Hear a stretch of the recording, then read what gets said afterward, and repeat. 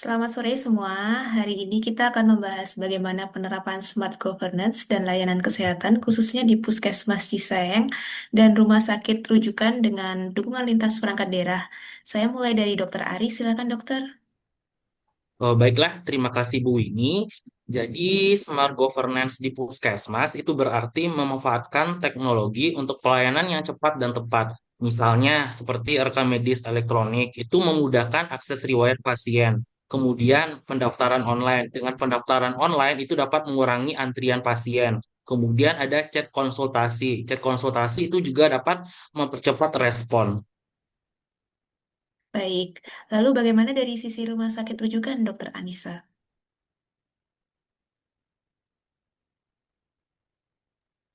Ya, terima kasih Mbak Winnie. Kita tahu sekarang era sudah menjadi era yang makin maju ya, sudah digitalisasi, di mana untuk rujukan dari vaskes tingkat pertama, yaitu puskesmas ke rumah sakit juga menjadi lebih mudah seperti itu, di mana pasien saat ini sudah dapat menikmati layanan dari hingga pasien bisa melakukan pendaftaran untuk sistem rujukannya melalui aplikasi tanpa harus beli dokter mana yang ingin dituju untuk berobat ya. Tentunya hal ini bisa menyebabkan pasien lebih nyaman ketika berobat dan antrian juga tidak banyak ya karena sudah diambil antrian ketika di aplikasi mobil JKN sehingga pasien berobat lebih terkontrol dan pelayanan menjadi lebih nyaman dan dapat tercover seluruhnya. Baik, Eh, dari Bu Bintang, dari Kesbangpol, bagaimana dukungannya seperti apa untuk smart governance ini pelayanan Puskesmas di Cisaeng? Baik, terima kasih Bu Hani. Tentunya kami dari Badan Kesehatan Bangsa dan Politik turut untuk Mohon maaf berpartisipasi. Ibu, kurang kurang Oh keras iya, suaranya. mohon maaf. Apakah suara saya terdengar? Bisa, bisa, sudah bisa. Baik. Eh, Tentunya kami dari Badan Kesatuan Bangsa dan Politik turut mendukung program tersebut karena kami turut berpartisipasi dan kolaborasi lintas pihak ya. Dan kami ini mencoba untuk mensosialisasikan secara digital kepada masyarakat untuk mencegah misinformasi dan mengajak keluarga untuk memahami manfaat layanan baru melalui sosialisasi digital tersebut. Begitu, Mbak Winnie. Baik. Dari sisi BPKAD, Pak Teguh, bagaimana dari sisi keuangan? Oh, baik, Mbak Winnie. Dari sisi kami BPKD ya Mbak, tentunya BPKD itu memastikan anggaran digitalisasi layanan kesehatan secara transparan, akuntabel, dan sasaran prosesnya pun bisa diaudit gitu Mbak. Mulai dari menerapkan sistem paperless untuk efisiensi gitu Mbak. Baik, dari penjelasan dokter dan Bapak Ibu sekalian, di sini saya akan memutarkan video terkait dengan pelayanan digitalisasi di Puskesmas Cisek. Sebentar. Transformasi digital pada puskesmas adalah proses perubahan dalam operasional puskesmas dari cara manual atau tradisional menjadi berbasis teknologi digital. Tujuannya adalah untuk meningkatkan efisiensi, efektivitas, dan kualitas pelayanan kesehatan yang diberikan kepada masyarakat. Ini melibatkan penggunaan sistem informasi digital, seperti sistem rekam medis elektronik, RME, dan aplikasi e-Puskesmas, untuk mengelola data, pelayanan, dan pelaporan. Penjelasan lebih lanjut. 1. Definisi transformasi digital. Secara umum, transformasi digital adalah proses mengintegrasikan teknologi digital ke dalam semua aspek operasional suatu organisasi. Dalam konteks puskesmas, ini berarti memanfaatkan teknologi untuk meningkatkan pelayanan kesehatan. 2. Sistem informasi kesehatan digital. Transformasi digital pada puskesmas melibatkan penggunaan sistem informasi digital seperti sistem rekam medis elektronik, RME. RME menggantikan rekam medis manual dengan catatan elektronik yang lebih mudah diakses, diolah, dan dibagikan. E-Puskesmas. Aplikasi ini membantu mengelola data pasien, jadwal pelayanan, stok obat, dan informasi lain yang terkait dengan operasional puskesmas. 1. Manfaat transformasi digital. Peningkatan efisiensi, proses administrasi dan pelayanan menjadi lebih cepat dan efisien karena berbasis teknologi. Peningkatan akurasi, pencatatan data menjadi lebih akurat dan minim kesalahan dibandingkan dengan sistem manual. Peningkatan aksesibilitas, informasi kesehatan pasien dapat diakses dengan mudah oleh petugas kesehatan yang berwenang. Peningkatan kualitas pelayanan, perawatan yang lebih baik dan terpersonalisasi dapat diberikan karena data yang tersedia. Pengambilan keputusan lebih baik, data yang terkumpul dapat dianalisis untuk perencanaan program kesehatan yang lebih efektif. 1. Tantangan. Meskipun banyak manfaatnya, transformasi digital juga menghadapi tantangan seperti keamanan data, perlindungan data pasien menjadi prioritas utama dalam sistem digital. Kesenjangan digital, akses dan kemampuan penggunaan teknologi mungkin berbeda di berbagai daerah. Investasi dan pelatihan, penerapan sistem digital membutuhkan investasi dan pelatihan bagi tenaga kesehatan. Dengan mengatasi tantangan ini, transformasi digital pada puskesmas dapat secara signifikan meningkatkan kualitas layanan kesehatan bagi masyarakat.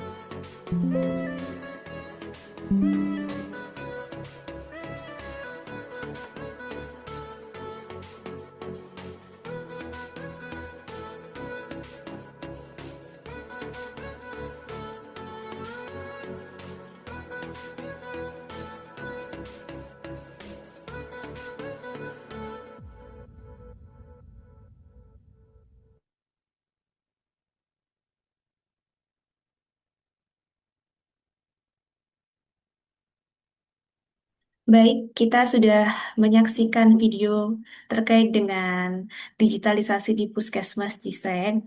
Nah, ini kita eh, selanjutnya kita akan membuka sesi tanya jawab. Selain dari pihak Puskesmas, terdapat pula perangkat daerah lain yang ikut berperan dalam kegiatan ini. Mungkin ada pertanyaan dari Dr. Anissa atau Pak Teguh Suhaimi dan Ibu Bintang. Silahkan. Izin Mbak Wina, saya mau nanya nih untuk Dokter Aris. Ya, sekarang kan Silakan, Dok. mungkin Ya, sekarang kan mungkin udah berubah ya dok ya. Yang dulunya masih pelayanan secara tidak terdigitalisasi ya, masih manual seperti itu. Dan sekarang malah ke digitalisasi. Yang menjadi kendala terbesar dokter dalam menerapkannya itu apa ya dok, kalau boleh tahu? Oh, yang pasti yang menjadi kendala terbesarnya, jadi kan nggak semua orang itu bisa kayak menggunakan atau mengoperasikan aplikasi. Misalnya nih kayak pendaftar pasien, pendaftaran melalui mobil JKN, jadi kan nggak semua orang itu bisa. Apalagi kalau misalnya orang tua atau misalnya lansia yang misalnya yang kurang informasi atau kurang pengetahuan teknologinya, yang pasti mereka tidak bisa melakukan pendaftaran secara online atau mobil JKN. Kemungkinan sih itu sih yang paling besar sih kendalanya untuk masalah era digital seperti sekarang ini gitu. Baik dok, izin bertanya lagi dok. Misalnya nih, kalau Ya dok. keadaan internet mungkin di rumah ya lagi tidak ada, itu Hmm. seperti apa ya? Di puskesmas tidak ada itu. Mungkin kan jadi pelayanan jadi terganggu ya dok. Itu menyiasatinya seperti apa ya dok?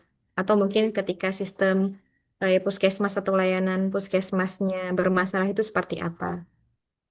Oh iya, terima kasih dok. Jadi kalau untuk mensiasatinya atau menanganinya, biasanya tuh kita untuk mulai dari pendaftaran, kemudian mulai dari sistem Epus itu kayak misalnya semua status atau data pasien kan biasanya kita input atau diupdate di komputer atau di aplikasi khusus dari puskesmas tersebut ya dok. Jadi kalau misalnya mati lampu atau gimana, itu semua semua alur atau semua pelaksanaan atau semua tindakannya itu biasanya kita secara manual dok, pakai kertas sih biasanya dok, pakai kertas. Jadi kayak pendaftaran itu melalui manual, dicatat ada buku khususnya. Terus kalau misalnya dokternya biasanya kalau untuk bikin tentang kondisi pasiennya atau anamnesa pasiennya, biasanya itu nanti hasil dari pemeriksaan atau hasil dari anamnesa semua pakai kertas, jadi secara manual dok gitu biasanya. Baik, terima kasih kepada Dokter Aris ya jawabannya. Terima kasih ya, Dok. Oh iya, terima sama-sama dok.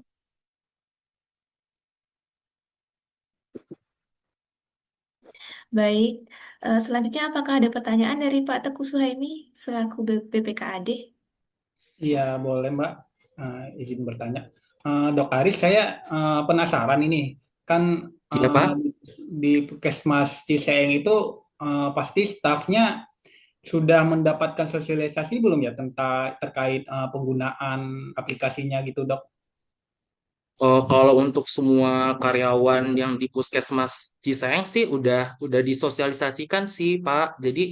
Jadi ada tim khusus sih sebenarnya tim khusus yang emang yang mengelola atau yang emang mengerti di bagian aplikasi ini. Jadi mereka udah memberikan sosialisasi atau penyuluhan jadi ke waktu itu semua karyawan udah dikumpulkan di aula. Jadi emang tim khusus tersebut memberikan penyuluhan atau mensosialisasikan di situ Pak. Jadi emang sih semua karyawan udah mengerti sih udah karena udah kita sosialisasikan gitu. Itu termasuk rujukan ke rumah sakit sudah bisa digitalisasi juga, Dok, gitu. Udah. Jadi kalau untuk masalah rujukan emang semua dari sistemnya kan Mobile JKN. Emang udah dari situ semua. Jadi pasien itu bisa langsung melakukan pendaftaran, misalnya mau berobat ke dokter spesialis apa, itu bisa langsung pendaftarannya melalui Mobile JKN tanpa langsung harus ke rumah sakit yang dituju gitu, sehingga dapat mengurangi antrian pendaftaran secara manual gitu. Gitu sih Pak. Oh iya, baik Pak. Terima kasih Pak. Sekarang saya jadi lebih tahu ya. Hmm. Oke. Ya. Baik, ini pembahasannya sangat menarik. Kemudian dari Bu Bintang, selaku perwakilan dari Kes Bangpol, apakah ada pertanyaan untuk Pak Dokter Aris? Baik, Mbak Winnie, terima kasih. Begini, Dok, saya ingin bertanya. Tadi kan membahas seputar aplikasinya dari mobile JKN ya, Dok ya. Tapi Oh bagaimana iya ya, Dok, Mbak. kalau misalnya untuk pasien umum, apakah bisa, Dok, mendaftar menggunakan digitalisasi ini? Apa harus yang punya apa namanya BPJS saja, Dok, begitu?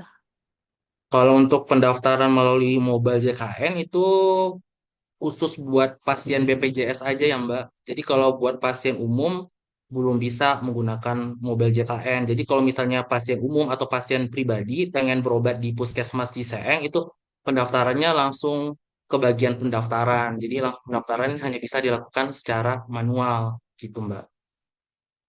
Untuk yang umum itu alur pendaftarannya bagaimana ya, Dok ya? Kalau alur pendaftarannya itu sama aja sih seperti alur pendaftaran untuk pasien-pasien yang belum bisa misalnya gini jadi pasien-pasien yang BPJS itu yang tidak bisa menggunakan aplikasi Mobile JKN itu kan berarti pendaftarannya secara umum secara manual jadi sama aja dengan pasien umum yang tadi jadi pendaftarannya itu bisa langsung ke bagian pendaftaran, nanti di bagian pendaftaran mengambil nomor antrian, nanti bagian pendaftaran itu ntar memanggil pasien tersebut sesuai nomor antrian. Nanti pasien yang berobat atau pasien umum yang berobat tersebut nanti bisa menggunakan kayak kasih KTP untuk mencatat dulu nih data-data pribadi dari pasien tersebut gitu.